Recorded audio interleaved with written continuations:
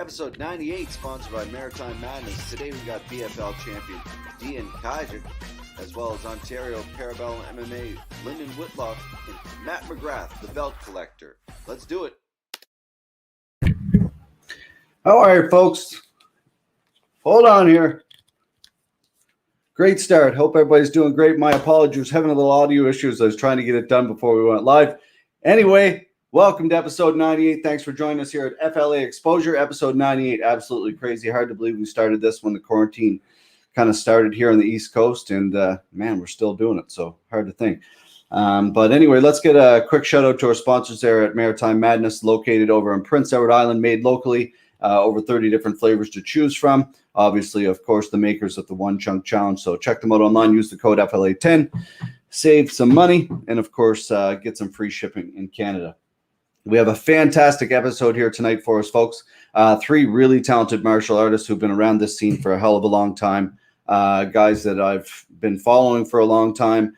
We have a lot of up-and-comers on this show, but to grab three people of the Canadian scene who are such veterans with so much knowledge and also super successful as well, it's going to be a treat. So I'm really looking forward to it. So let's get into it. I've been kind of avoiding this all day, truthfully, because it's out of all the people I've had on the podcast, it's arguably the hardest name to pronounce. I probably practiced it like 5 times. I probably butchered it in the intro, but I'm going to go with it. Dejan Kajic. Let's welcome him to the show. How are you, buddy? I'm good, brother. How are you, man? Close enough. Not too bad.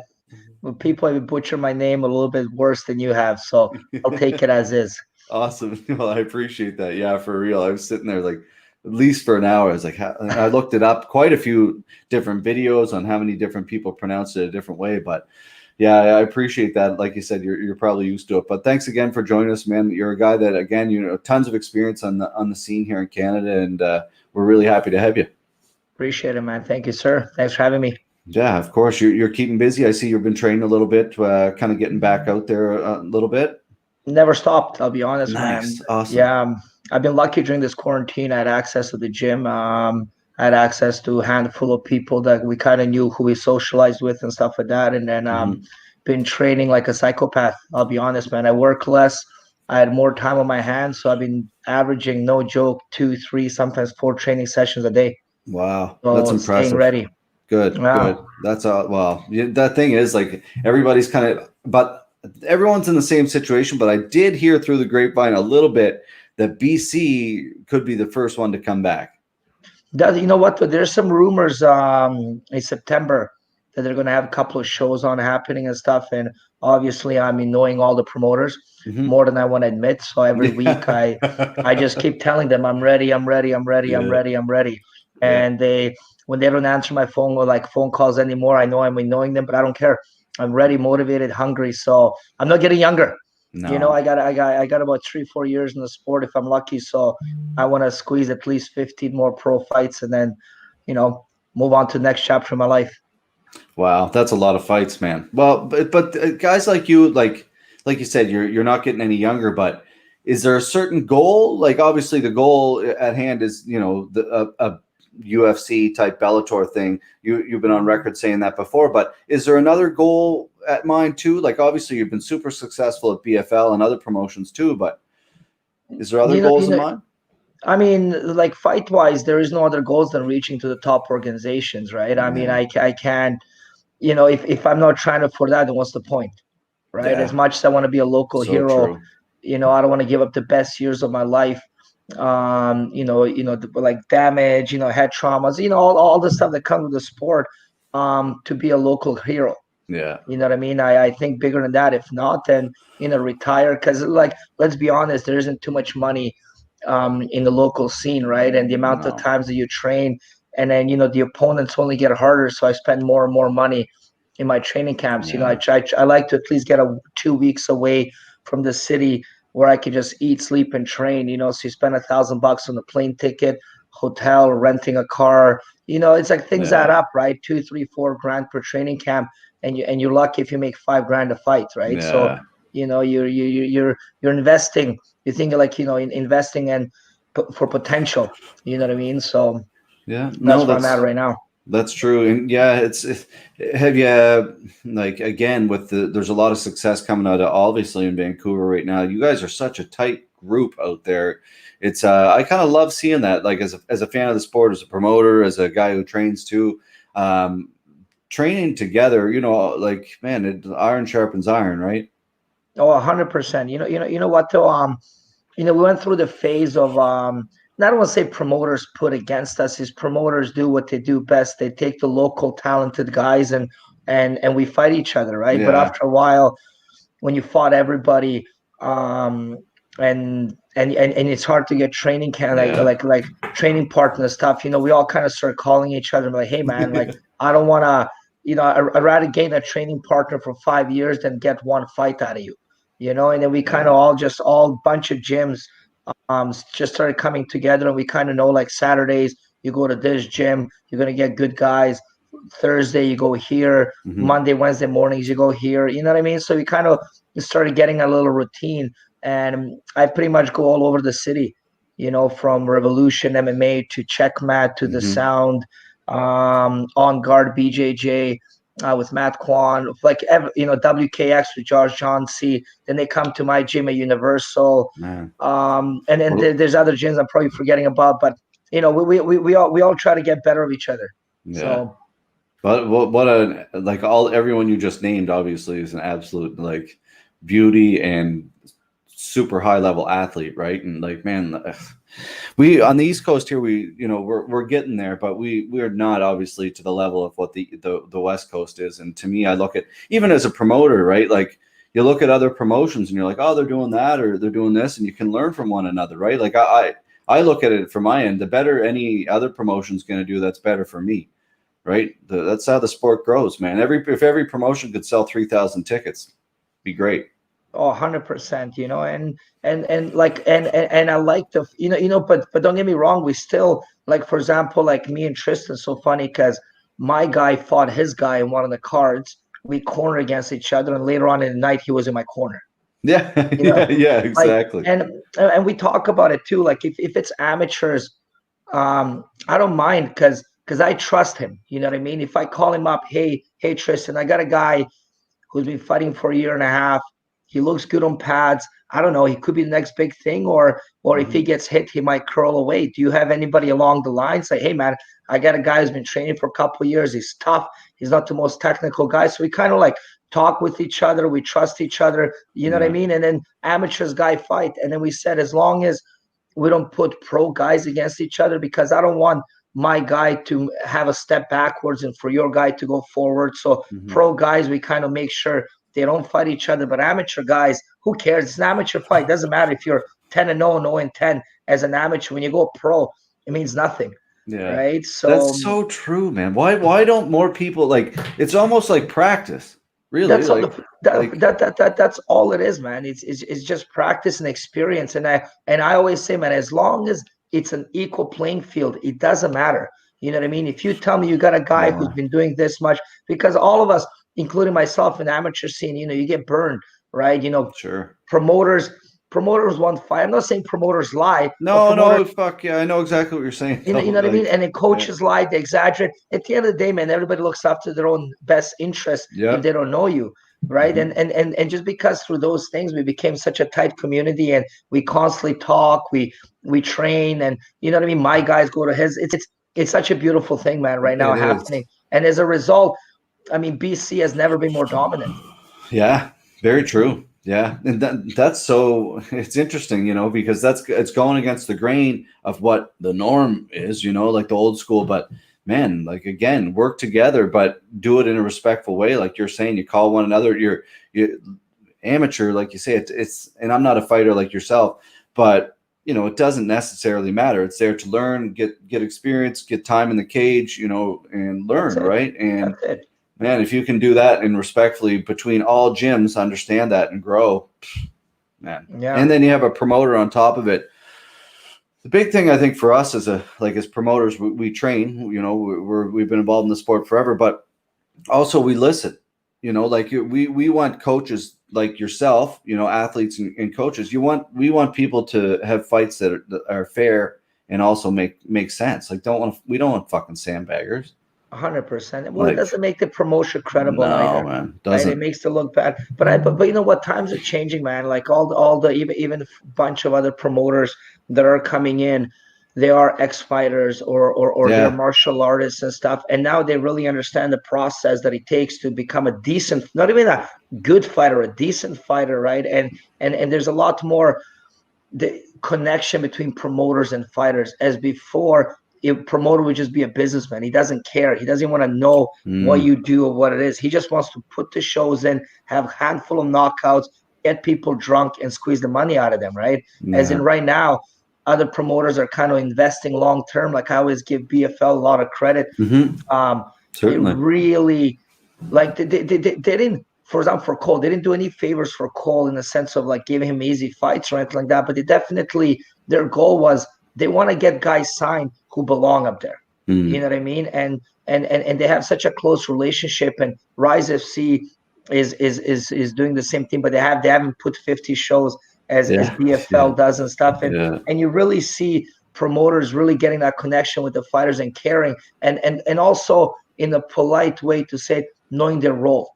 Yeah. You know what I mean? And BFL is like, hey, listen, we are a feeding ground and a building ground for you guys to go to the next level. We're not the UFC. We're not trying to be the UFC. We just want to be right underneath them for you, for the next steps for you guys to go up there. So once they understand their role, then they know what to do with you as a fighter, which is to build you up, get you the right fights, get you the right opponents, and not saying in my favor. I'm just saying the right matchup and stuff like that. You know, if I beat 10 guys who are 0-10, I'm not getting signed up. So they find that middle ground where it's exciting, it's matchable, people want to see it, and then those good fights make enough noise, or people such as yourself, they hear of me, hear of Cole, hear of Tristan, and and hopefully echoes, and we get noticed by bigger promotions, and we get the phone call. Yeah, that's bang on, dude, because knowing your lane, knowing your role, like at the end of the day, like I think a lot of promotions don't understand that. Like you can't compete with the UFC. So you're not going to compete with them ever, No. and I personally don't think anyone ever will. Like they're just so big, man. Like I don't like the name UFC is so ingrained in people's head, right? And if you can be like an LFA, like what a beautiful thing, it's just like you say, a feeder, right? And same as BFL or TKO or Cage Warriors or any of these promotions, right? Like it's 100%. It's super smart, and that's the way we look at it too. We're just here to build athletes and put on good shows consistently. Like that's it. Like consistent, like 3-4 events a year, and go from there, huh? That's it. And then goddamn COVID hit. Yeah, so I know. All about it. I know, but you know what? Like for that time, I was kind of happy. Like I say, man, I took some time off to heal the body and just add new tools and sharpen new tools. Right, my approach to training right now is it would shock you how little I spar, and it's all technique and timing and drilling and drilling and drilling. Right, if I'm going to expect myself to do 3 to 6 hours a day, it has to be skill building, timing and stuff, not body breaking down. Right. And I always say it's good to have those couple of those gym wars. If you're an amateur guy, it's good to get you a ball rung in the ring, in the gym. It's good to have those hard knockouts and hard sparring session. But after you have 3, 5, 10 pro fights, you don't need to be toughened up anymore. You know what I mean? And I always say, man, if everybody ever describes you as a tough fighter, or you know what I mean, it's an insult. You know what I mean? If in a sport that requires so much skill, and they require, and they describe you as tough, I'm like, it's an insult. It's like me telling you, oh, how's that fighter? He's tall. Yeah. Well, it's a given thing to be tough. You know what I mean? So that means of all the skills, they describe you by natural giving talent of toughness, right? And it's an insult. So that's why I tell fighters, man, like the outside of your shell should be skills supported by toughness, not being toughness and you have a little bit of skills inside it, right? So that's how I look at it. Very cool. I like that. I never heard that before. That's very interesting and very true. It's again going back, like some provinces in Canada don't even allow amateur, which is crazy. I think in Ontario right now, I don't know if I'm correct on that, but I'm pretty sure they can't do like an amateur show or a pro am show together. But it's like here in Nova Scotia, our amateur rules. So check this out. If you're on the ground in amateur, you can't punch. At all. At all. But if you're an amateur and you have over 3 fights, you can.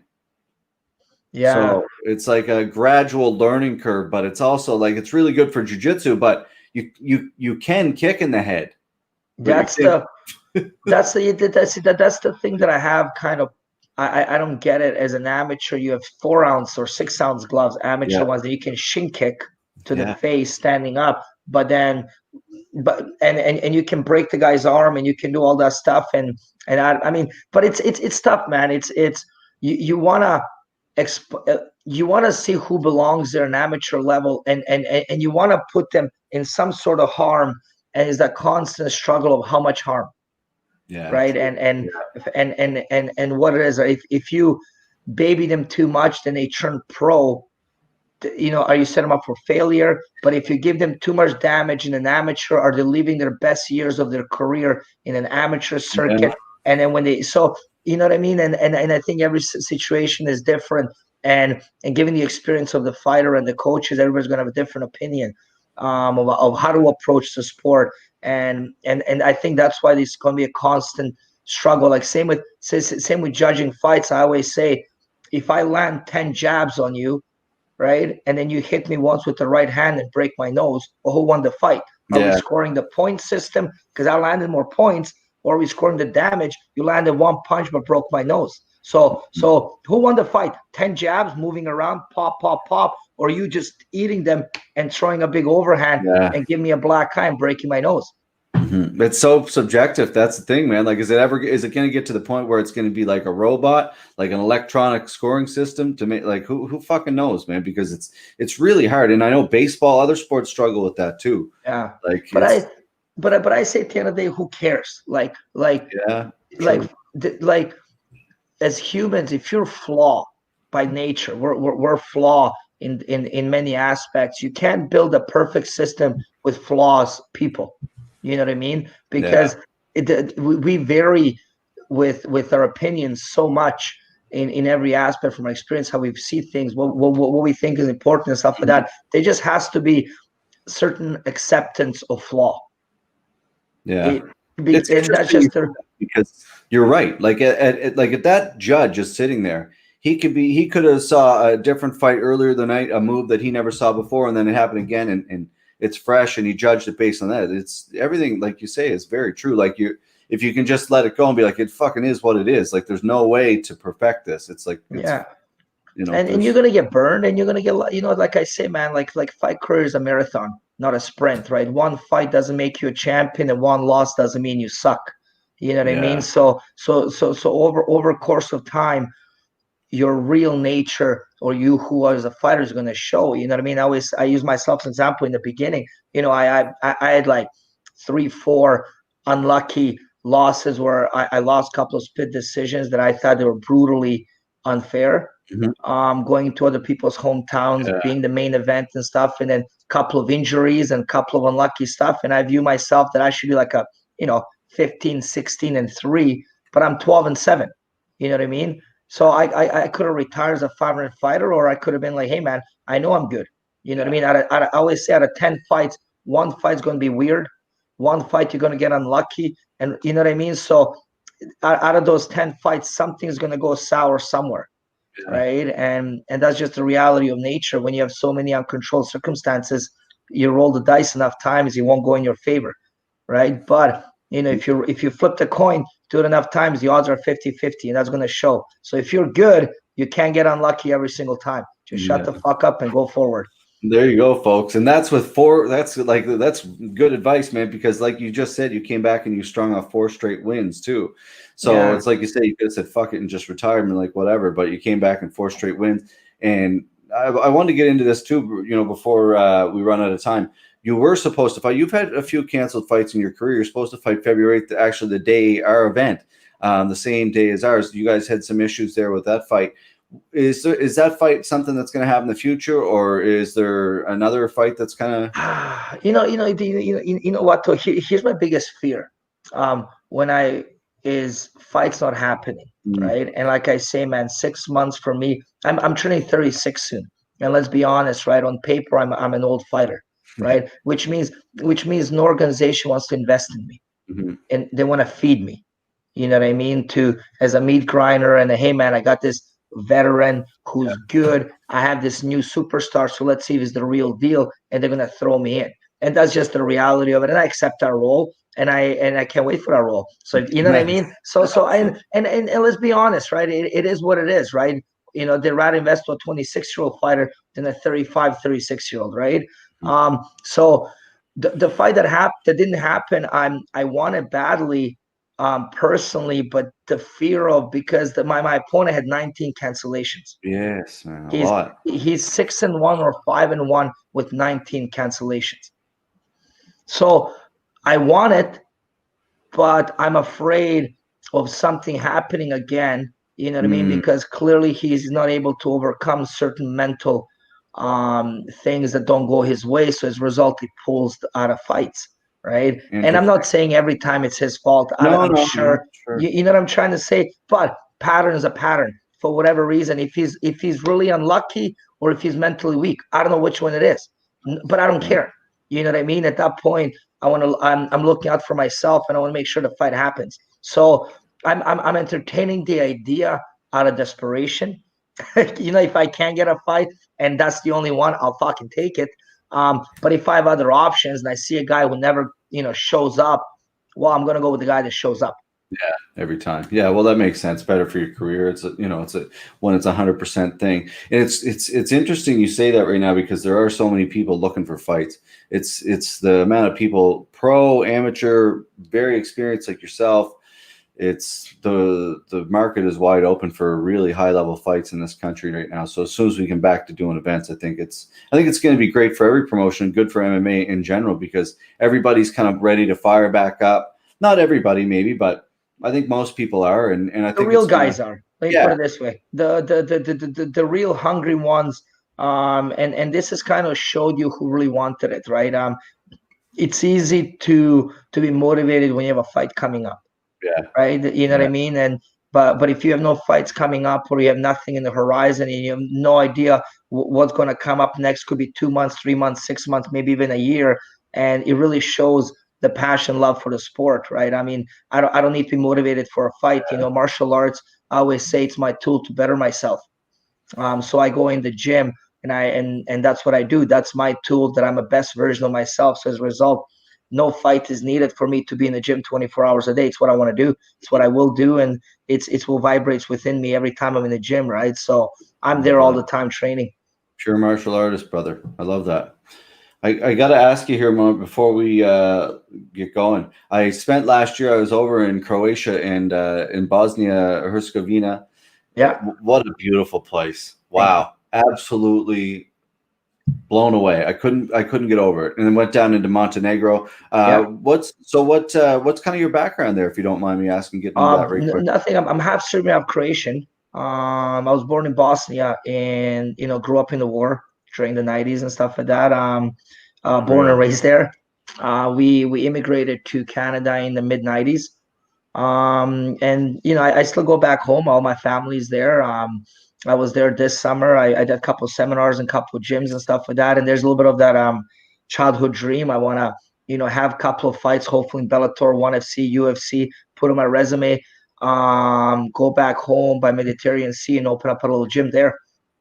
That's that's very cool, man. It's an incredible place, very special people, beautiful people, like very humble and welcoming. And like, I was just blown away, man, by the whole experience over there. And I think like if anybody hasn't, especially like you say, the war in the 90s and now to go from that to the way it is today, it's quite a remarkable transition. Yeah, and I tell everybody, man, I'm living the Canadian dream, man. I tell people I won a life lottery. There's 8 billion people in Vancouver. Not only do I live in one of the greatest countries in the world, live in one of the best cities in the world. There's 4 million people in Vancouver. 4 million and 8 billion in the world. The odds of me landing in Vancouver is literally a life lottery. Yeah. Even if you do the mathematics, right? So I tell them all, man, I won in life. That's Yeah, awesome. I love hearing that, dude. And I struggle some days myself with being positive or whatever. And I think I look up to a lot of guys like yourself and Lyndon and Matt that we have on the show. People that can keep positive and keep leading in our community in a good way, man. So keep doing what you're doing. Keep being a positive role model, and hopefully we'll see you on a UFC, Bellator, or if not a local card in the very near future, my man. Man, I got 4 years left to me. Either way, I'm keep fighting. So wherever it is, man, I'll be showing up. And I appreciate you taking the time and reaching out to me, man. It means more than you think. Of course, no. And if anything, let's keep in touch. I'd love to kind of pick your brain a little bit again, man. You guys are all positive people out there, and I could use it some more. So lots of love to you, buddy. Thank you, sir. Awesome. Talk to you guys soon. There you go, folks. Dejan Kajic, folks. Great guy. I'm going to bring him on. So we're running a little bit behind here, folks. My apologies on that. We had some audio issues, so we're going to get into our second guest here. We're going to bring him on. A coach here at Parabellum MMA up in Oakville, Ontario. An ex-pro MMA fighter with a record of 10-5. Spent a lot of time out here on the East Coast. He's fought a lot here. Obviously now involved as a coach on the other end of things. He's a very positive athlete, coach, involved in motivational speaking, also involved in, like kids, working with youth around the area and all that kind of stuff. And a guy that myself as a promoter and fan of the sport, and when I first started training, he's a guy that I kind of first noticed in the Score Fighting series, and I was kind of a fan of him ever since then. So let's bring him on, Mr. Lyndon Whitlock. How are you, sir? I'm good, buddy. How are you? Awesome, man. Awesome. Thanks so much for joining us. Really appreciate it. My pleasure. Thanks for having me. Yeah, it's true. It's no, I appreciate it. Like I said, I've been a fan of you for a while.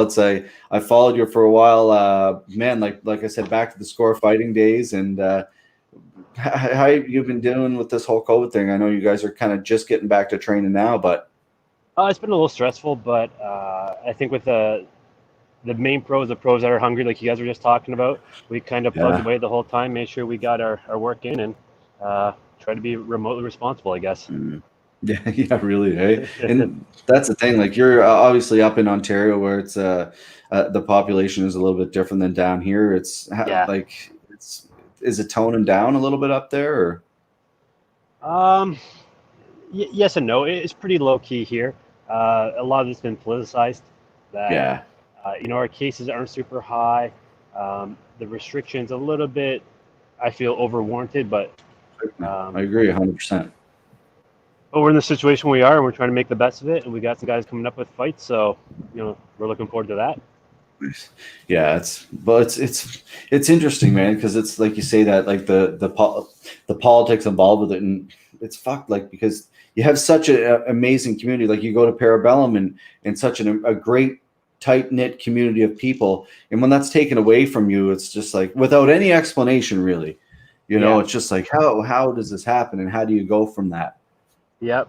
Well, there's nothing you can do, right? So not much. You just every day just try to relax, and hopefully things get better. Like, there's really nothing you can do. Just sit around and hope for the best. Yeah. But working with the pros still, like I still train with them about 2-3 hours a day. Nice. So there is some sort of focus going on with them, which is keeping me balanced and happy. Yeah, it gives you at least a few hours either to focus on that. Whereas normally you're probably 12 hours a day. Oh, geez, yeah. Some days, maybe 4 hours. Some days maybe 12. Some weeks maybe no days off. Some weeks maybe 2 days off. So it really depends on what's going on. Yeah, but, you guys. Oh, sorry. Go ahead. Oh no, I was just saying I'm looking forward to the guys coming up. I leave on Tuesday. We have AJ fighting in Miami. Josh is fighting in Bellator the week after that, and then Romero's fighting in Dana White Contender Series the week after that. Nice. So things are exciting. Busy. Yeah, that's it, man. Get you back on the road and get you. I always follow your guys' stories too. You like I was talking to Rory about it on here before too, and like you guys keep it light, man. Anywhere you're at, like you're always doing fun shit, like after the event or just enjoying the process, whether you win or lose. And I think that's such a commendable thing, man. I love that. Yeah, I think it takes some time. I think it takes a little bit of maturity to understand that it is a journey. We can't really, we can prepare to win, we can do our best to win, but we can't really control the outcome. And worrying and stressing about it usually leads to a worse result. So if we're all there, we're all friends, and we're all enjoying the journey together, I tend to find we have better outcomes. Yeah, that's it. Well, so much of this game, I guess, is mental, eh? Yeah, Yeah. most of it, unfortunately. Yeah. Yeah. Let's get back into your pro days, man. Like, do you miss it at all? I'm sure you do. Yeah, of course. Like, there's a component I really miss. Life's a little more stable now. Yeah. I'm not in training camp all the time, and it's feast and famine when you're fighting. So I have a little bit more stability. So there's definitely aspects I really do miss about it. I've kind of taken up rock climbing too, so that kind of Oh, fills a little nice. bit of the void. I still travel and train with the guys a lot, so I got a good balance right now. I'm happy with where life is. Nice. I'm glad to hear that, man. That's what's like this sport consumes so much of your goddamn mind at points. And like I'm from I'm brown belt and I just train, but obviously from the promotion aspect, it controls a lot of your mind. And I would assume it's somewhat similar, maybe not to the aspect of a pro fighter, but like it's because you're eating, everything for a fighter is based around that whole career, right? And it's interesting to hear that because like you have to fill that void, but it's like, fuck, what do I do? Like what do I do? And rock climbing, is that something that do you find the same kind of challenges, or is it? I oddly enough find rock climbing a lot like jiu-jitsu. There's a lot of similarities between the two. So it helps with both sports. Both sports kind of translate back and forth. But the mental side is a lot like fighting. There's guys that technically can do a lot of good climbs, but when they get there and do it live, so when you lead climb, you take the rope from the ground and you go up the wall. Okay. If you mess up, there is a potential for risk. So you see guys that can literally do the climb no problem, but as soon as they start lead climbing, they mess up because of the fear and the anxiety of it. So there's a component of that where you just gotta lower your heart rate, think about what you're doing, you can do it, and just get it done. Very cool. So obviously you have some good advantages that comes from obviously MMA. Yeah, I think so. Yeah. Do you still compete in jiu-jitsu? I think you guys, obviously, man, you guys do a hell of an event up there, the Quintet, and then there's a wrestling one. I don't know what was that one called? The wrestling one. It's the Quintet. It would just be a subsection of the Quintet, but it was still the same event. Beautiful. I've competed. Yeah, Roy's done a very good job with them. I know it's a lot of work and it's a bit of a pain in the ass to organize that stuff, and, as you would know. But yeah, I've done 2 of those events, and I plan to do more when we get back to some sort of normal life here. I hear you, man. I saw MFL put on an event last night and looked like it was in the middle of the woods, though, man. But I'm proud that was hilarious. I was talking to Josh, messing him how did the guys do, and he said it was great. They were in the woods. I thought he meant the building was in the woods, in the middle of nowhere. And then I see the picture Chris Prickett posted. It was literally in the middle of the woods. It legit was in the middle of the fucking woods, man. Yeah.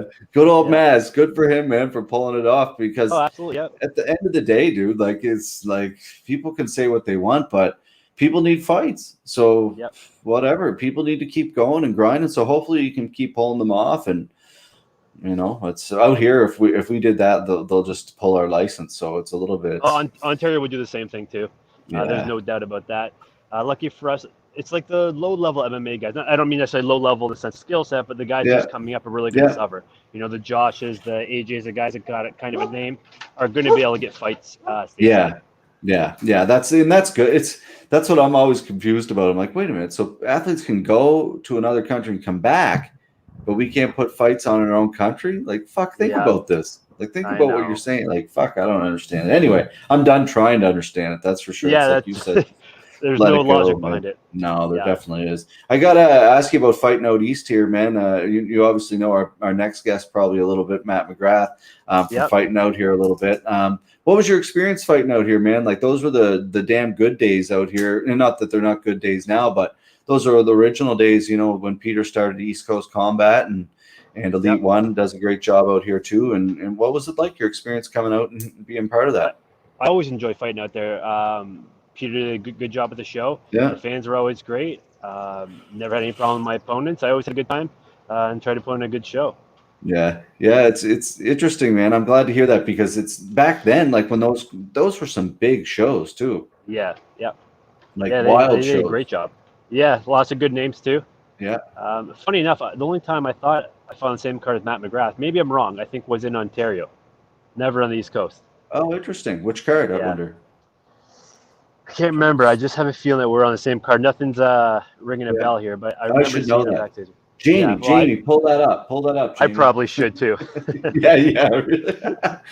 Well, it's like, I'm sure for you guys, it's a blur at some points. You're not really focused on that kind of stuff, but Did you fight in Palookas? I'm pretty sure you fought in Palookas out here, like when it was like there was fans up above you looking down. Yeah. That was a cool venue.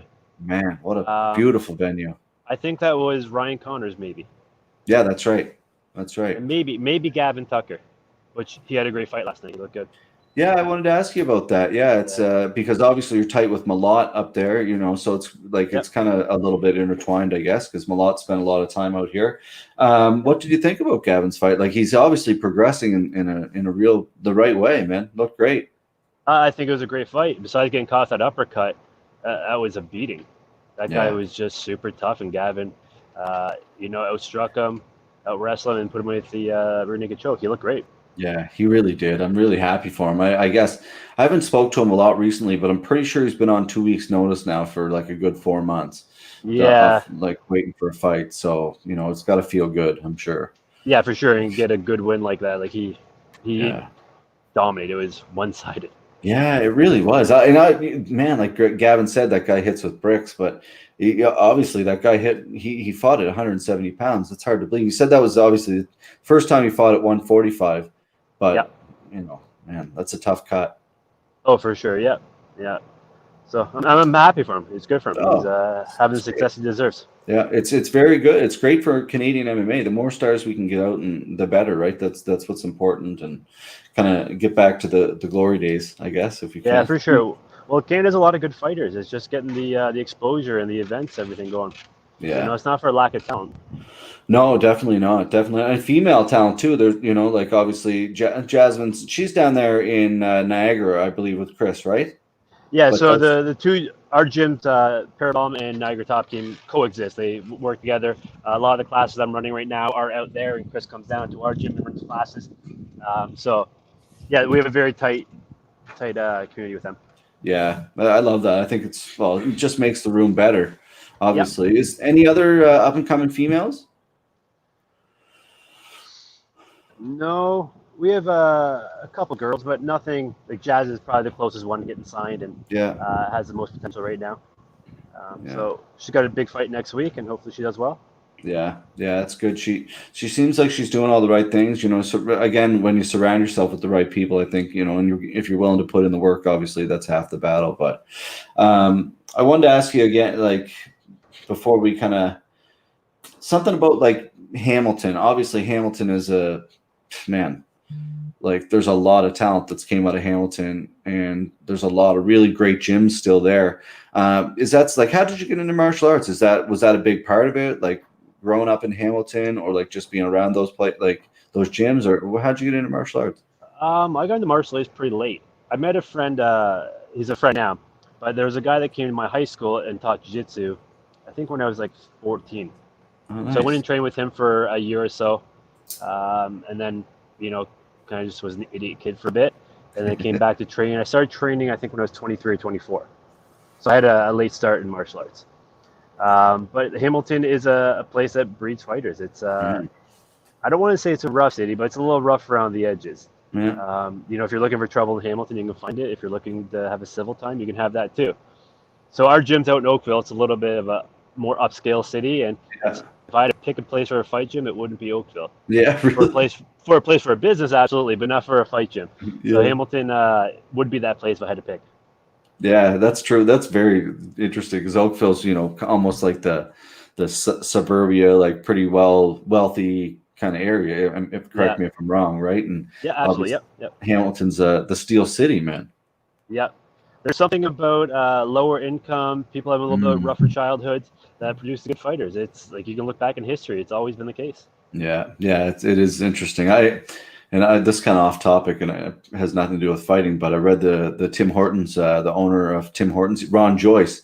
He's originally from, I think his family's out here originally, but no, he's originally from Hamilton. Is that right? I don't know if he was born in Hamilton. The first Tim Hortons is in Hamilton. Yeah. Obviously, I didn't fucking pay attention when I read the book. But I didn't pay attention either. My dad used to work for Ron Joyce, and he would tell me all about it, and I don't know. Yeah. Too. Yeah. So is it still there? No. Yep. It's like 4 blocks from me here. Neat. So cool. They renovated, and it's all up to date and stuff. But yeah, it's still there. I don't think they'll ever get rid of it now. It's part of kind of Hamilton history. Totally. Yeah, exactly. Yeah. Interesting. Cool. Yeah. So did you get to do any boat like traveling when you were out here, or check out the like city or any of that kind of stuff? Halifax, we spent every time we went down there, we'd spend 3 or 4 days after, and drink in every bar around the city and have a good time. Cause a ruckus. Go to the dome, then the palace. Oh, of course, yeah. But I really liked Halifax. It's a beautiful city. It is a great city, man. It's changed a little bit, but naturally, every city kind of does, right? Next year, I think we have a wedding out there. Adrian Velaka used to be a professional fighter. He's having his wedding out there, so we'll be heading back. Oh, nice. Awesome. Cool. Well, maybe we can line something up, like a seminar or something when you come out. Or that'd be awesome. Cool. Yeah, that'd be neat. Yeah. Awesome. Cool. For motivational speaking, that's something, and like just giving back to your community, giving back to kids, like,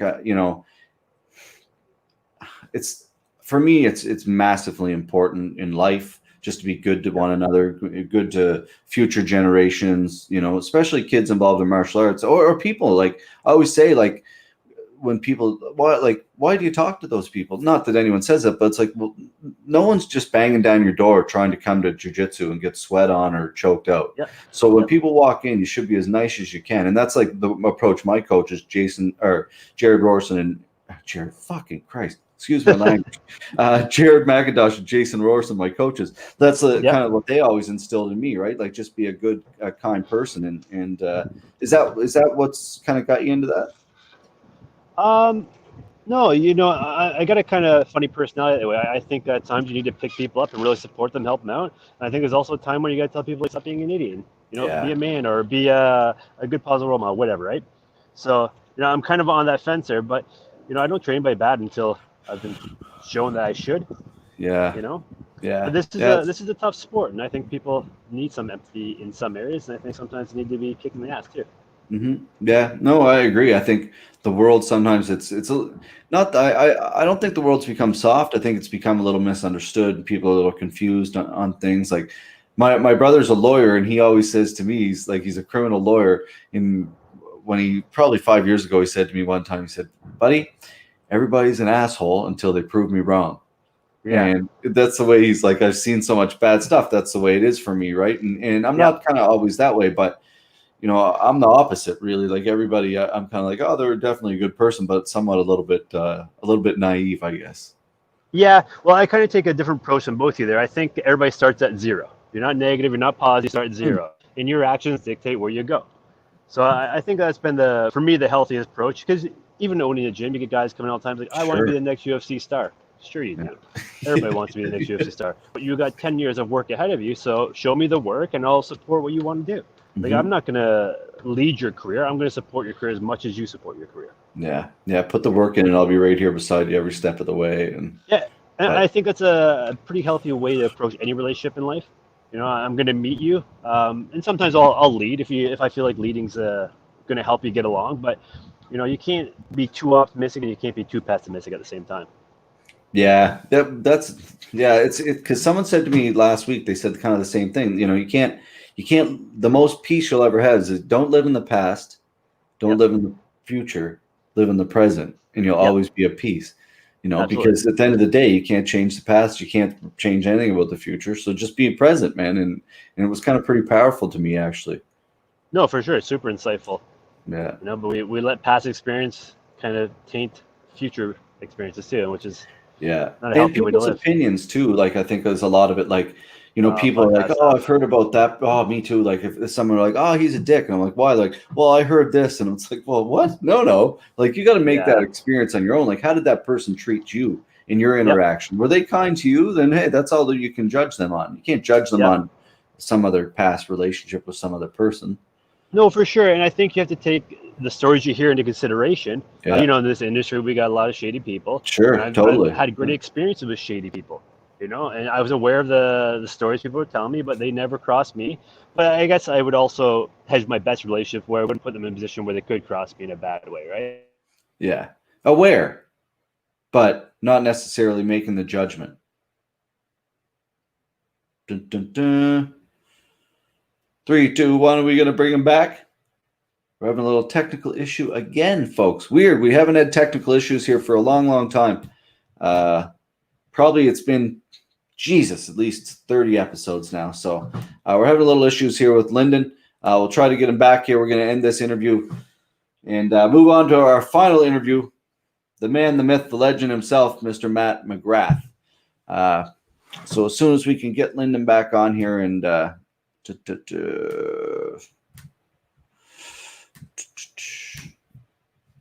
just one sec, folks.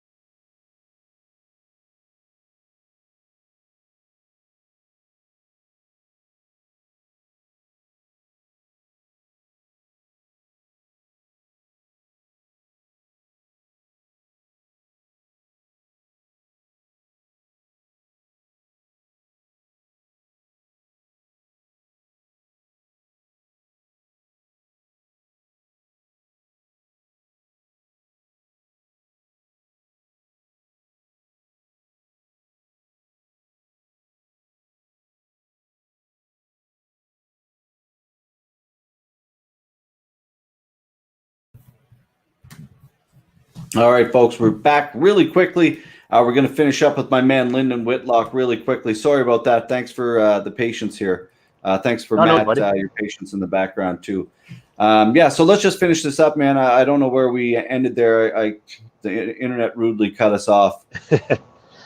That's okay. No worries. I think we were just kind of talking about being positive, being a positive role model for basically people and kind of, I guess your approach was a little bit different than mine. And I guess one thing I'll ask you before we kind of get out of here in an official way, advice for people that, athletes that do want to kind of get into the sport and maybe do struggle to have that support structure around them, whether they're in a small town or a big city or whatever. What's the best way they can get a respect from a coach other than working hard?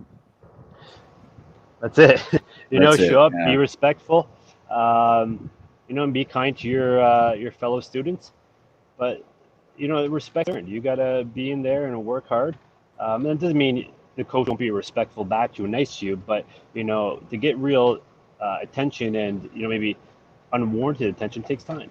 There's a lot of kids that I give a lot of attention to that have earned it over the years, but it's way more than they would actually get from just going to a gym. So it just takes time, and I think be positive and just show up and have fun. For most people in martial arts, it's just a lifestyle choice, right? I would say probably 98%, maybe 99%. So just show up and enjoy it, and be around a good community of people that have chosen an alternate way of fitness. Yeah, that's interesting. Yeah, because it's an alternate way of fitness. That's exactly what it is. At the end of the day, it's some people do CrossFit. Some people go to the gym and lift weights, but it's the happiness that this sport can bring people, like it can bring a lot of bullshit too, but the happiness that it can bring people, the smiles that it can bring people, it definitely can change your life in a hell of a good way. Yeah, and I think that's one of the funny things we've seen through COVID are the students messaging me saying, I never knew I needed jiu-jitsu so much, or I needed kickboxing so much. Nice. Because it does, it's like walking my dog. If I don't walk my dog, the thing's chewing on the walls being a jackass all day. Yeah. If I take her for a walk, she's fine and civil and healthy. So I think for us as people, we need to be walked too. We need to get rid of some of that negative energy, and we're better to go back to work and be healthy people. Yeah, very true, man. I think that's super important. Healthy people, whether it's just getting out for a daily walk, working out hard, or fucking going for a run. It's important to eat healthy, as healthy as you can within the budget that you have, and and do as much exercise as you can. It'll definitely bring a lot of smiles to your face, man. So get out there and join a local jiu-jitsu club, or if you're in the Oakville area, get out and join. Well, you can't right now, probably join Parabellum. No, not right now. Hopefully soon. Fingers crossed. Any quick shout outs you want to give out there, man, or any sponsors or anything like that? No. All right, perfect. I didn't figure the fighting days are done, so They are long behind me. Yeah, that's right. All right, man. Well, I want to really appreciate you jumping on here very much for us, and doing what you've done for Canadian MMA. You're a guy that I've seen for a long time and looked up to. So thank you. And Matt just shot me a message in the background that says, make sure you say hello to Lyndon for me too. So say hi to him for me too, please. I will. Awesome, man. Thanks. Keep doing what you're doing, producing high level athletes up there and producing a great gym at Parabellum MMA. Lots of love to you, man. Thank you. Hopefully we see you soon. All right. Take care. There you have it, folks. Bye-bye. Mr. Lyndon Whitlock. Another great guy, talented martial artist based out of Hamilton, Ontario, in Parabellum MMA. Let's get into our final interview, folks. One that I've been pretty excited to have on for a long time. Matt MacGrath, a guy, man, if you don't know him in Canadian MMA, then you should. He's the belt collector, we call him. A good Pictou County native. He's a 3-belt welterweight title holder in Canadian MMA. A guy who's done a hell of a lot for the East Coast scene and Canadian MMA in general, dominated the Canadian scene for quite a while. A record of 18-10, fought the who's who in MMA, and now located, well, obviously always in Charlottetown for the last little bit. He's a chef, full-time dad, full-time father. He does it all. A great guy. So let's bring him on without further ado, Mr. Matt MacGrath. How are you, sir? Hey, buddy. How are you? Good, man. Thanks so much for joining us. Appreciate it. How you been? Happy to be here. Oh, good. Just got home from camping this morning, so a little zoned. Kids wore us out. I bet. Where were you camping? On the island? Yeah, just Brudenell. Nice. How's the island? I was over there actually a week or so ago, man. I went to Cavendish for the day. It was beautiful. Oh, yeah. I mean, we've had heat mornings for about a week, and there's another week to come, so where else would you rather be during the summer? That's the truth. I couldn't agree. So I guess let's get into it, Matt. And, again, I want to thank you so much for joining us. And one thing I want to talk to you about it, because I don't know a ton of it. Like, obviously, I heard lots of stories between you and Jared and the early days, man. Like, involved in judo, like you guys, the early days of martial arts in Pictou, and then going on to the national judo team. And how did you get involved in this whole kind of martial arts game, man, and kind of make it to where you did? Well, I started with judo, and I'm not sure if Jared. I think Jared might have did some taekwondo or some other things before judo, but he took judo kind of serious. It was kind of like his first really serious martial art, and for a lot of years, it was just him and I going to Kano Kai Judo Club, doing our reps ourselves. Neither one of us were ever on the national judo team, but like didn't you go to training up there? Oh yeah, like I lived in Montreal for a while and trained at Shidokan, which was a national training center at the time, and got a national medal and a couple in the U.S. and stuff like that, but was never on the national team. That's kind of my apologies. That's okay. That's a different ordeal altogether. But for a lot of years, it was just Jared and I every day, and just going up and beating the crap out of each other for a couple hours, and then heading off to tournaments. And we had good support at the club, but kind of at that time we were kind of the only two at our level and really working hard from that club, And, yeah. And so where'd you transition into MMA? I was in my Jared was about 19, 20, 21, I guess, even in around there. Jared had started, Peter and Kevin were kind of getting going with the jiu-jitsu thing on the floor at the Palace after, and they'd roll the mats out after Saturday night. It'd be Sunday morning and 2 or 3 times of the week, and Jared started traveling up through the week doing jiu-jitsu, and I continued to compete pretty heavily at judo, but I'd go with them every now and again. Jason McKay was another one who would travel up a fair bit at the time, and then Rorson wasn't far behind, and I was kind of doing the jiu-jitsu. I liked it, and I was doing pretty good at it, and I was kind of doing it to help my judo, because I wanted I kind of had a realistic goal at that point. I was getting a little bit older and stuff. All I wanted was a national medal, and And yeah, that's kind of. And then I remember watching the very first ECC, and I was doing pretty good training with the boys at Titans, which kind of came along, and I do fine with the guys training there, and it was kind of I don't know if it was a benefit or a hindrance sometimes. Like Roger and some of the big brutes there, I didn't. I don't know if I just treated them like I treat Jared or anybody else. So I wasn't from Halifax, so I wasn't scared of him. So Yeah. you know, when he grabbed me, I just threw him like anybody else. And Nice. anyway, we got to be a pretty good team, pretty solid unit of Titans. And I was training there for a bit, and I watched the first couple of ECCs at the Forum there. And kind of by then, judo is an amateur sport, and it was costing you thousands of dollars a year. And I was like, hockey players and rugby players can fight in the cage down there and make a few $100 and still train and still be fit and compete. And I said, I might as well do that at this point, because I'm not going to the Olympics at 26, 27. So I started doing that, and kind of stepped away from judo for a while and focused more on jiu-jitsu. And for a long time, when I moved to PEI, I was still traveling over twice a week to train at Titans and stuff to get ready for fights and do what I could on my own with friends from here. And yeah, so that's kind of where the journey took me to MMA. I kind of would watch guys who never did anything in their life. And at that time, MMA was like multiple disciplines, but now it's a sport of its own. Yeah. So, yeah, what did you? That's kind of interesting you say that, because as a guy like yourself, you're obviously competed at such a high level. What changes do you like? Do you even watch it anymore, Matt? Like, do you watch events now and you're like, oh, well, that's interesting how that's changed from like a couple years ago, even? I watch a lot of highlights, and I always like, we were camping there, so I couldn't watch anything last night, but I definitely tuned in to get Gavin's. Gavin was kind of coming into Titans when I was sticking closer to home over here, right? And the children were coming, so I definitely read the play-by-play and the update on his fight, and I try to, when I kind of there's a Canadian involved or someone that I really admire, or, I as much as I can. And a lot of the younger guys that I'm still kind of close with and help teach and coach and train with, that they keep me up to date anyway. So nice. they're always texting me, you see the fight? And I was like, no, but fill me in. Yeah, let me know. Yeah, well, you're busy, man. Like I said, you're full time pretty much in everything. And, it's I gotta so the decision obviously for you to retire couldn't have been an easy one, Matt.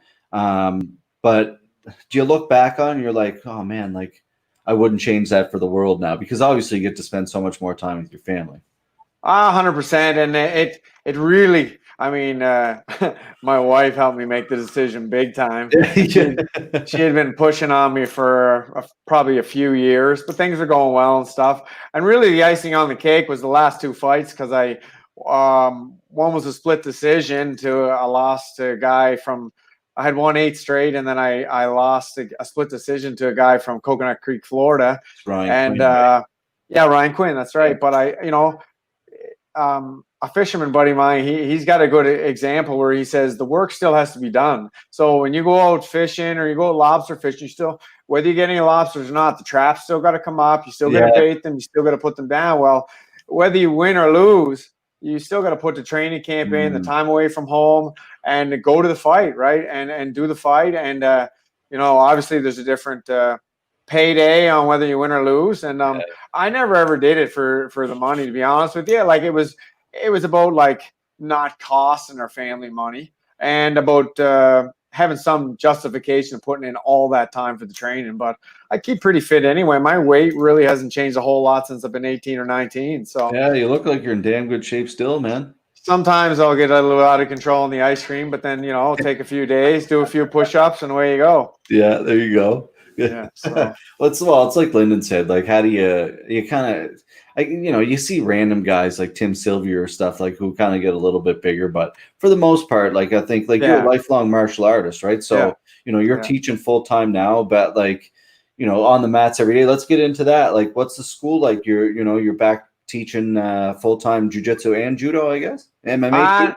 No, we're just quiet. We're not really doing anything at my place right now. Just Yeah, we're just actually I really took Jarrett's lead there, and I was teaching judo 3 days a week with lots of help, and out of a school in town, and Oh, then okay, okay. I was teaching jiu-jitsu out of another school, and we were running all the time with the kids 6 nights a week, and then tournaments and everything. Oh, Yeah. jiu-jitsu tournament this weekend, judo tournament the next. So Busy.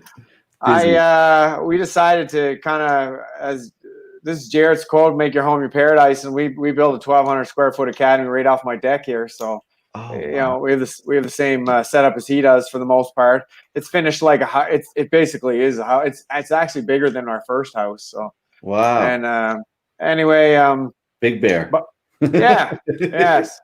So just Nice. walk off my deck, and you know, and people said, you know, we're a little bit too far out in the country. We're only about 15, 18 minutes from Stratford, so 20 minutes from Charlottetown, but we weren't too far. People come out. Which way, Matt? Like where? It'd be like on the Stratford side, and then it's kind of about 15 minutes east, I guess. East. Okay.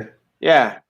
Interesting. So, Interesting. Yeah, that's good to know, man. Like Jared's place, man. I look up to that guy a lot, and him and Rorson, the way they carry themselves, not just on the mats, but just as men, man. Like, and I don't know you as well, Matt, but I also the same way, man. Like to me, anybody who can, like, you're raise a family and just like the humbleness of it, man. Like, who cares? Like, yeah. It's Jared, man, he doesn't have a bad thing to say about many people, right? And I think that's an incredible way to carry yourself.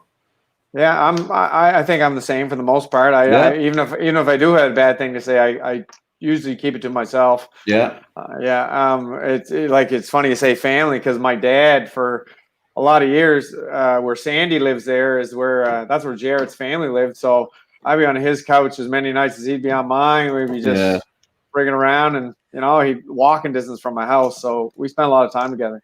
Yeah, you definitely. I've heard random, like, just cool stories of you guys kind of growing up doing that kind of stuff, and it's you know, it's you guys have done a lot for MMA and in sports around here, man. Yeah. In Nova Scotia, it's quite remarkable for sure. Any achievements that kind of stand out for you more so than others? Well, definitely I got a national medal in judo in 2006 in Winnipeg. That was one for sure. I won. Used to have this big tournament in Buffalo, New York, AmCam International, and I went to when I was a brown belt, and I think 1998. Nice. I won. There was 1,100 competitors, and I won that one. And then I went back in 2007, and I won that too. No, I got second that year, actually. And then the belts, you know, it's funny. People used to come up to me before a fight all the time, and it didn't matter really who the opponent was. They'd always say, "Oh, yeah, are you excited?" And I'd be like, "I wouldn't say excited. I'm ready. You know, I'm focused. I like the lifestyle. I like the training and everything." And then I wasn't excited to beat somebody up in the cage. And actually, a few times in the cage, and someone would squeal in pain, I'd just back off. I wouldn't let them up, but I'd back off until they said they were good, and then I'd kind of feed them a little bit, you know. Yeah, just too nice, man. I don't know. And then it was good. I remember Peter told me he put a comment. I won those 3 belts exactly 1 year apart. You know, from the first belt to the third belt was 1 year, Holy shit. And then I defended all 3 of them in 1 year after that. Wow. So and then a few years before any of that, I took a fight on short notice against a guy from Ontario, Ian Shirley, a middleweight belt in Moncton, and I was falling asleep in the chair. It was 1 a.m. before they called my name to go up and fight. Oh man! I remember Jared. I think Jared was in my corner for that one, and the guy was covering his face so good I couldn't hit him in the face, so I was just punching him in the chest. Jared said I was giving him the heart punch. I was trying to kill him, but I was like, no, I was just tired. I want to go to bed. So I enjoyed all of it. Probably the least favorite is definitely cutting weight, but I get good at it after a while. I did miss weight a couple of times, but it was just complaciveness. Once I got the science down, it was nothing to it. Yeah, I guess that would be the shittiest part for everybody, I guess, for the most part. I'm sure it's come a long way too. You know, even in the last 6 months, you see all these people. Everything's so different. I remember walking into the sauna one time. I had taken a short notice fight in Gatineau, Quebec. At that time, there was no fights in Ontario because it was still legal there. And Yeah. and I walked into the sauna, and there's this guy in there. He was massive, and his hands were like that, like. And I was like, man, that guy's huge. Who's fighting him? And a friend of mine was like, you are. It was Caleb Stearns. Shit. It was Caleb Oh, no. Stearns. Good old Caleb Stearns, man. Oh yeah. Yeah. That's a name that most people in Canada would know, I would think, too. Yeah, big man. Like he fought a heavyweight and did well, and took it on short notice.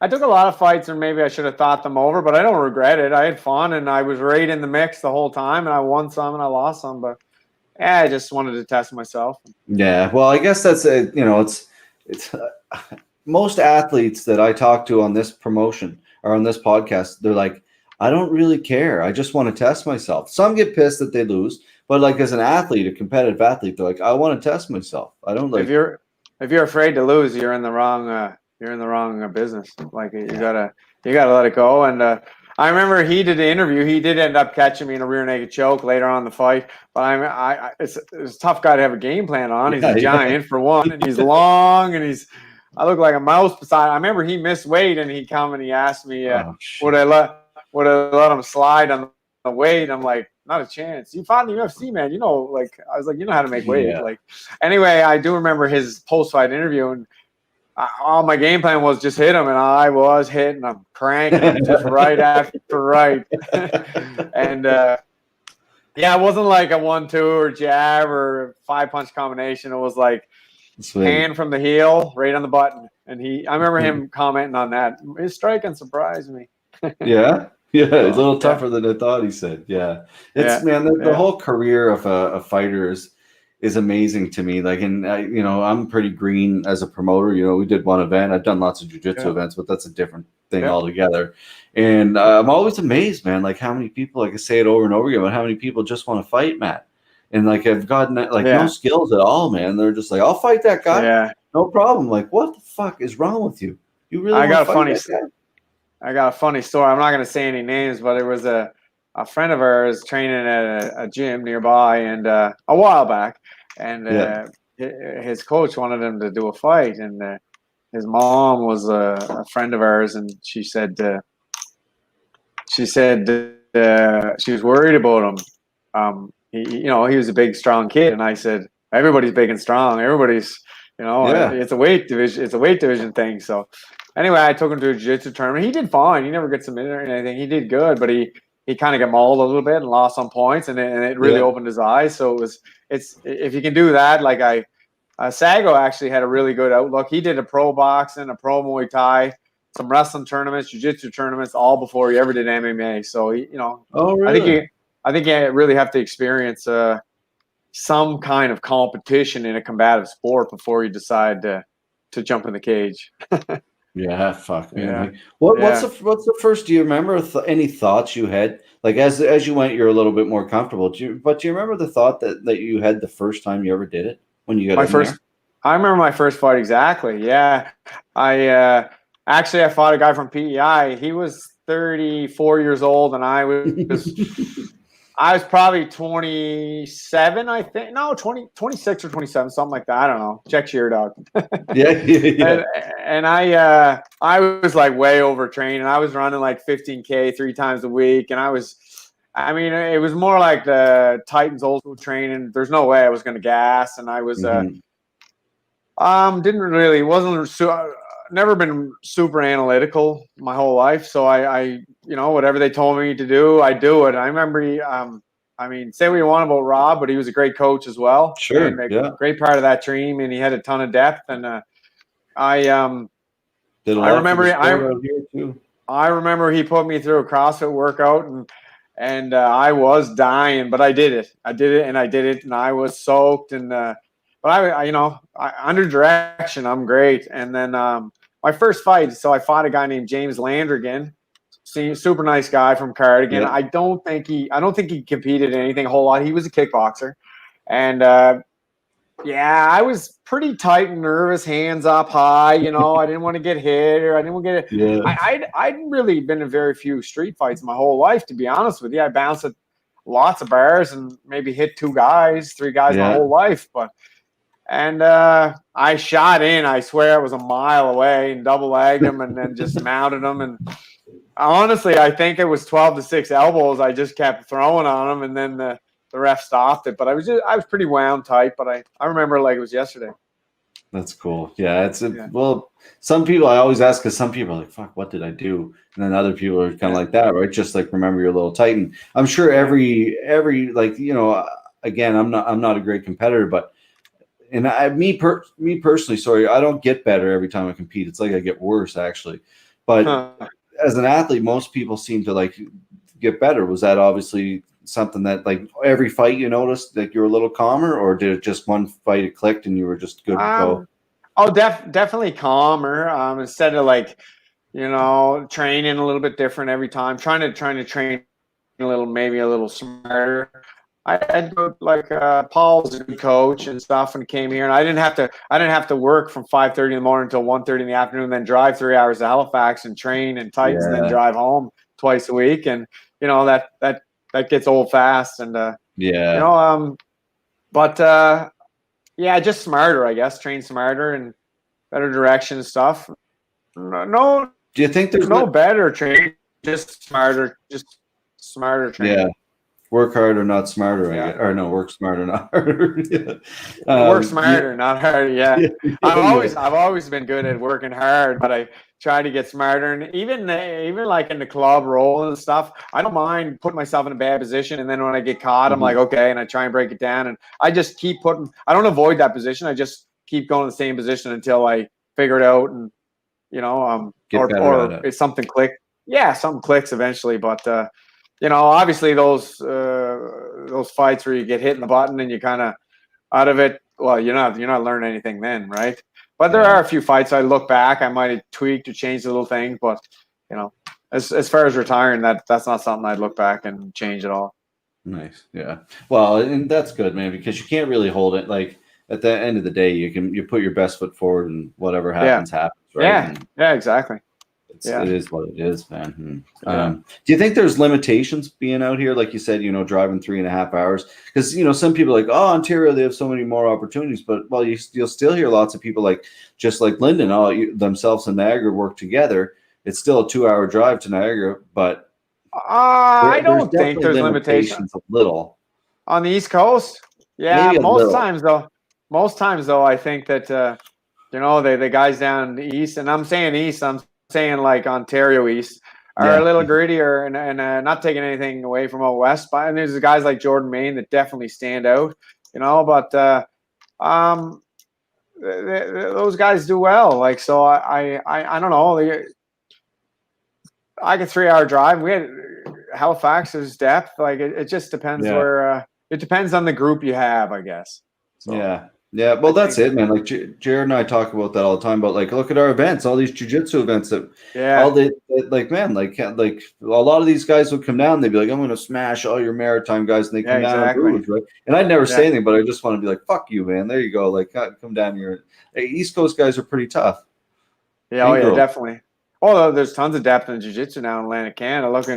I remember when the only 2 black belts in Halifax was Kevin and Peter. Now look at it. yeah. It's hard to believe, man. Yeah. Did you see Pete last night on the TV? Oh, you were camping. No, I couldn't pick it up in the pop-up. Yeah, that's right. Yeah. No, Gavin looked good. Peter looked good. They're all. I read everything today. So it's came a long way. Yeah. He's he works hard, and I think he should have a good career there. Continue on with it and keep doing well. It was a good win for him, I thought. Yeah, I think so too. It's the guy fought at 170. It's hard to believe, man. The guy said he's like the toughest weight cut I ever did in my life, which would make sense. I would say, I would say. He only fought a month ago, I think, too. So, wow.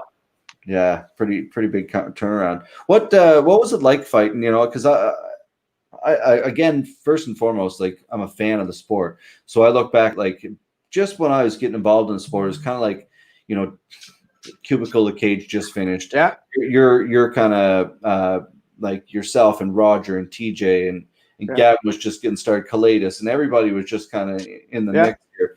Do you think we'll ever get MMA back? Because I look at hockey too, right? Like when I grew up, there was like where I, it was Colin White, John Sim, where I grew up, and Brad Richardson. Do you think it'll ever get back to that level, or do you think that was the peak here? I don't know. Talent, I think it comes down to coaching too, right? So, I mean, it was really Peter and Kevin and Rob that was, kind of, names like where the club was in that area. Like you had the Hollip boys and Ralph was around the time, right? He's gone now, and it kind of drew a lot of people into the gym, right? But I think there'll be new breeds for sure, and I think that like I have probably 6 or 8 guys and a girl that's definitely interested. Some guys with fights and still working hard. So it just depends on coaching and team atmosphere. Guys want to help each other and not having too many chiefs in one kitchen. Yeah, it's in consistency. I think too. At that point, how many events were going on a year? Like Peter was banging them off, like 3 or 4 events. With good crowds and good fights too. But I think at that time he was the only one, right? And then New Brunswick, and then the Elite won, and they were great to me and stuff. But I kind of was like a gypsy. I was kind of going wherever I couldn't. It was hard to get fights for a long time, right? So I think it will. Sorry, go ahead. So you think that's the best way to do it? I think, like me personally, I think that's the best way to do it. Like if you're a fighter, take the opportunities you can. Absolutely. And then my way of thinking was, well, if I get a title, I have to defend it, right? Yeah. So that's a fight for next year. That's a fight for next year. So then, if I win another belt, I got to defend it. Well, that's 2 fights next year.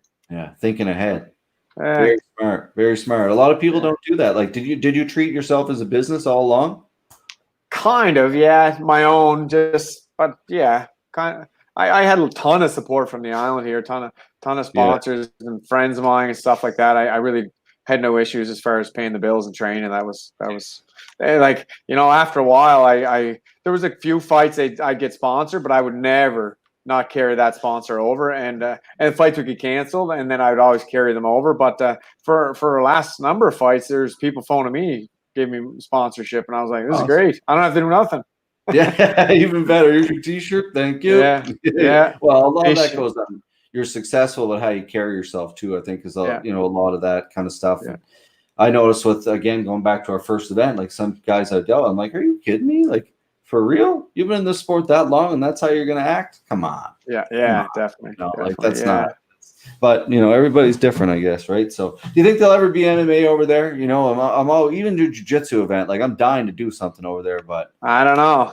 I compare. I lived in Great Britain for a couple of years and traveled all over Europe and stuff when I was in my early 20s, and I compare PEI to the United Kingdom or Great Britain. I was like with technology and medicine and things like that, and right up there with everybody else, right? But when it comes to having can pop, takes a long time to get here.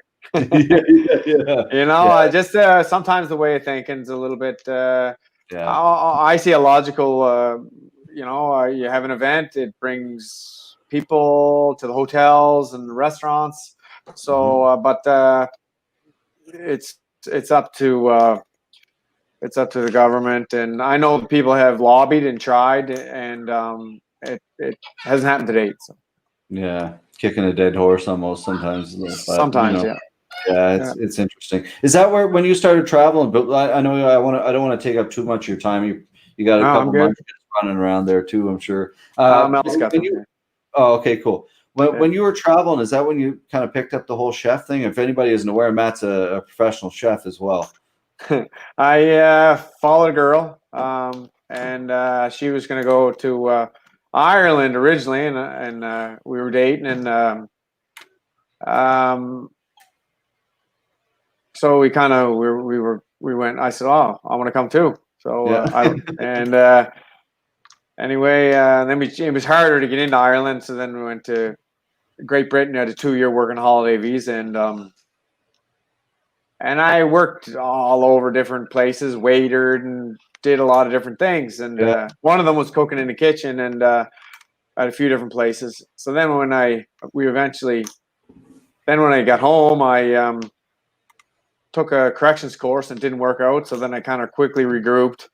I wasn't 21 anymore, and it was time to be a grown up. And I just went to culinary school over here in PEI, and I was like, I can do this. And I got 13 years into the province. So there we go. It's hard. Time goes. That is like time flies, but also a good lesson of, you can, switch the old word of business, pivoting, right? Like, or retrained or I did it. I did it some in Europe, and I was like, it wasn't that bad. I mean, it's hot a little bit in the summer. It's no big deal.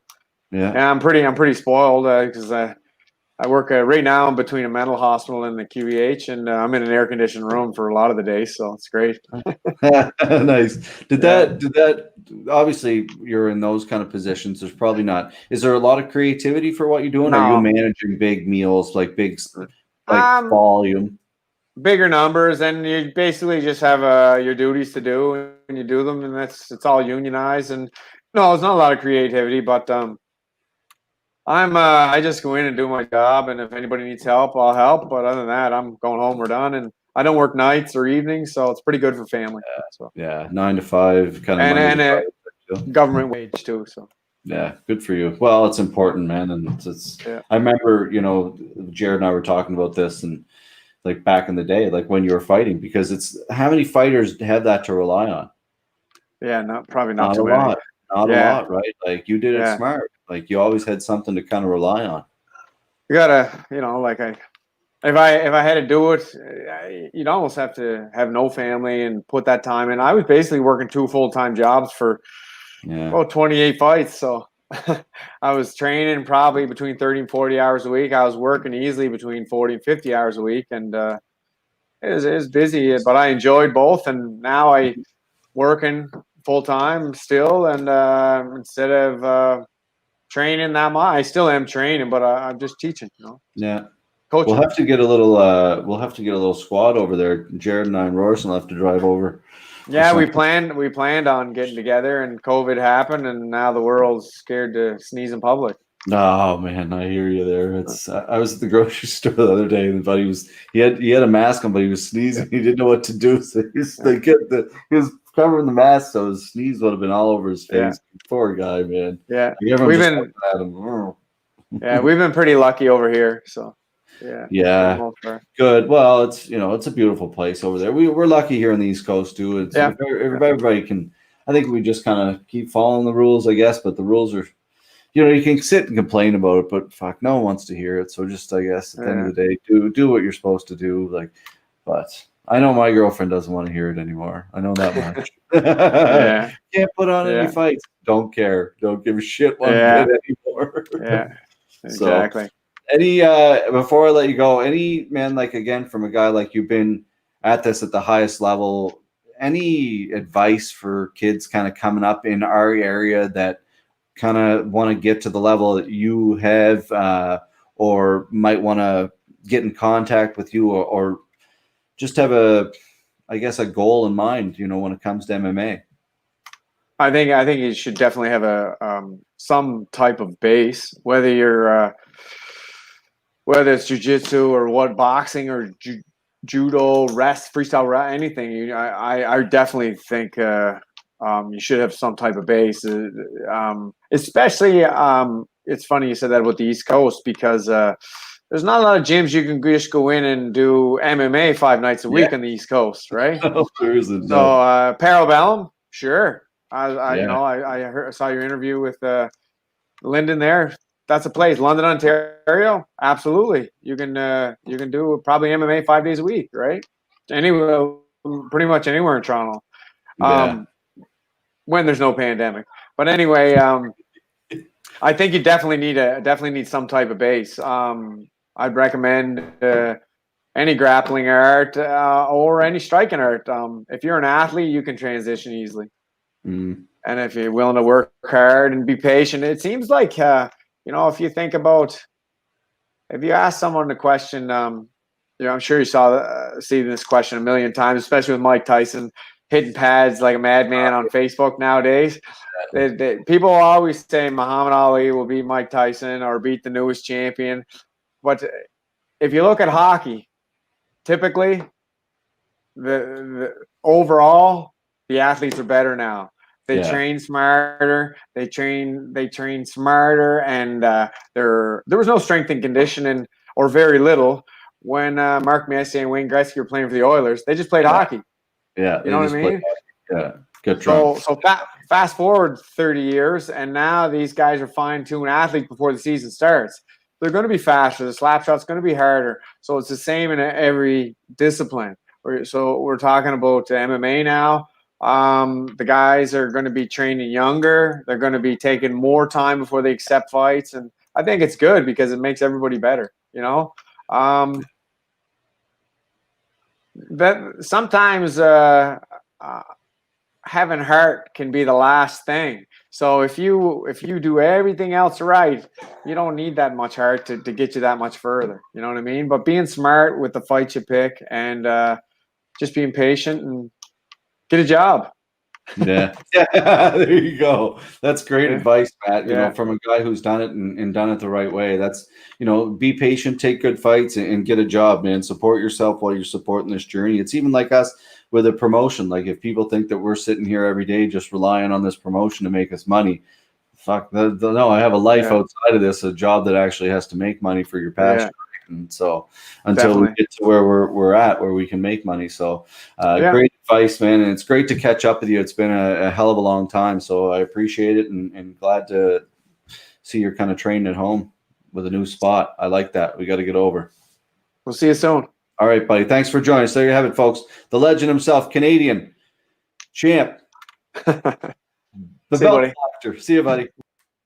Awesome. Matt MacGrath, great guy, a guy I look up to a lot. He's done a lot for our community here in Pictou County, Nova Scotia, and Canadian MMA. So thanks for tuning in, folks. Great show tonight. Again, thanks to our sponsors at Maritime Madness. Check them out online, maritimemadness.com.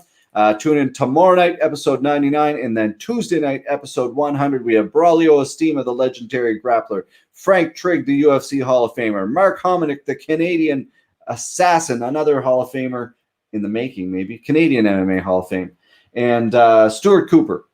So fantastic episode lined up, as well as hopefully the owner and operator, founder of Team Envisage pre-workout coffee, as you can see here, over here.